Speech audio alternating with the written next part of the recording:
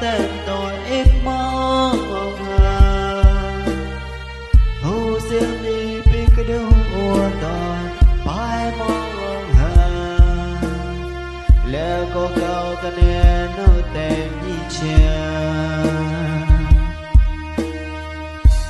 tình cha hơn gì chỉ cao cho em ngu muốn tao kia hay lên mong mọi người tao mê nụ cầu nó qua tôi buổi buổi gì tao nấu tem tôi ít mong hú riêng đi biết cái điều của tôi phải mong lẽ có câu cái nè nó tên như chia đây là một tràn úa mùa thân áo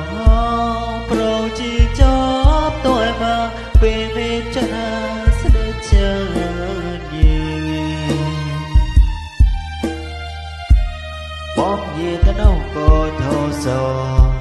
cao có hê man cao cha nam đam ra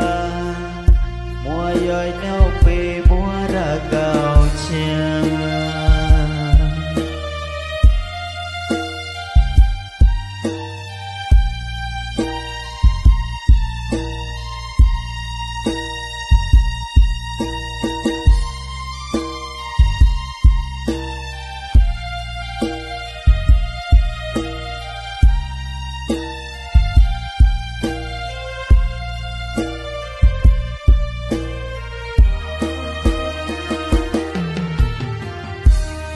cha hơn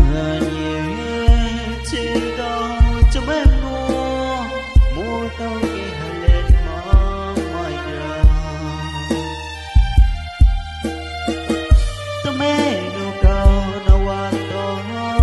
buổi buổi gì tao nấu tem tôi ít mong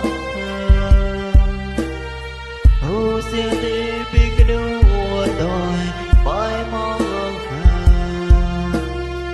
lẽ có câu cái nè nó tên như chia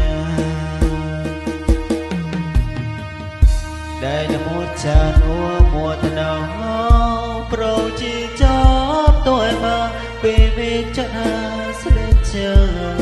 nhiều bom gì ta đâu có thô sầu cao